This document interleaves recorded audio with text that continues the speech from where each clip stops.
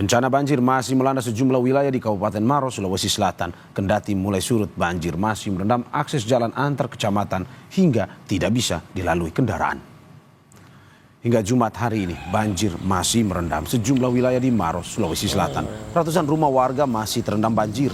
Selain itu, akses jalan antar kecamatan juga belum bisa dilalui kendaraan.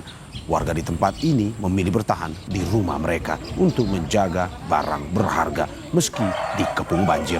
Beberapa di antaranya hanya mengungsi di rumah kerabat. Dari 14 kecamatan yang sebelumnya terendam banjir, saat ini tersisa 6 kecamatan, yakni Kecamatan Maros, Turikale, Lau, Bonto, Marusu, dan Simpang.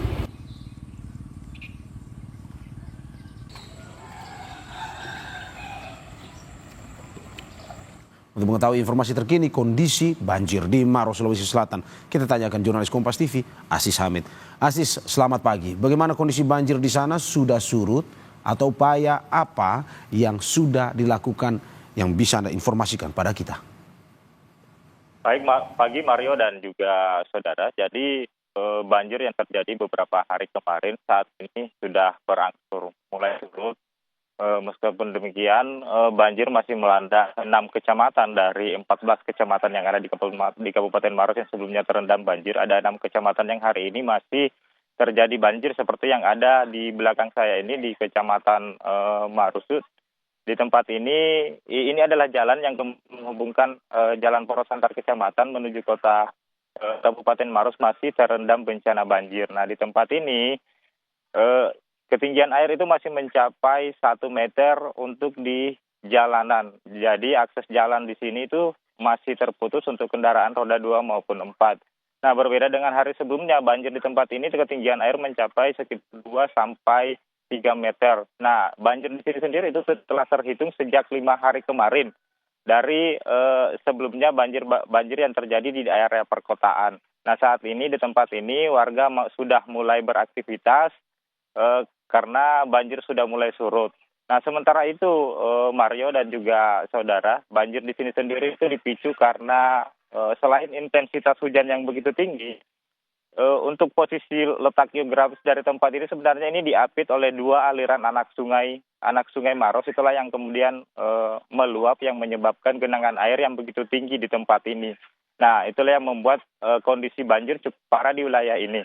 Nah, sementara itu sejauh ini pemerintah daerah juga telah melakukan berbagai upaya bersama TNI Polri dan juga segenap relawan Badan Penanggulangan Bencana telah melakukan berbagai upaya dan juga Basarnas untuk melakukan evakuasi terhadap warga-warga yang kemudian terjebak bencana banjir sejak hari pertama banjir itu terjadi.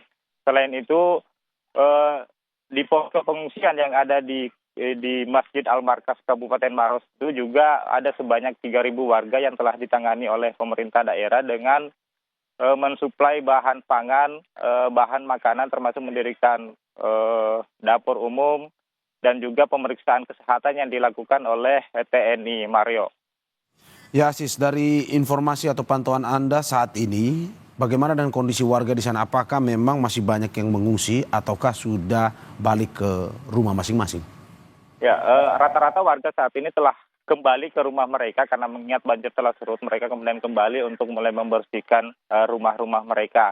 Nah, sementara untuk di tempat ini sendiri, warga di sini banyak yang memilih bertahan, Mario dan juga saudara, karena selain rumah mereka yang juga merupakan rumah panggung, mereka memilih bertahan untuk menjaga barang-barang berharga mereka. Adapun yang mengungsi itu mengungsi di rumah kerabat mereka dan hari ini mereka sudah mulai kembali di tempat-tempat yang rumahnya sudah bisa diakses. Mereka telah kembali untuk kemudian melakukan pembersihan dari sisa-sisa material banjir yang ada. Mario.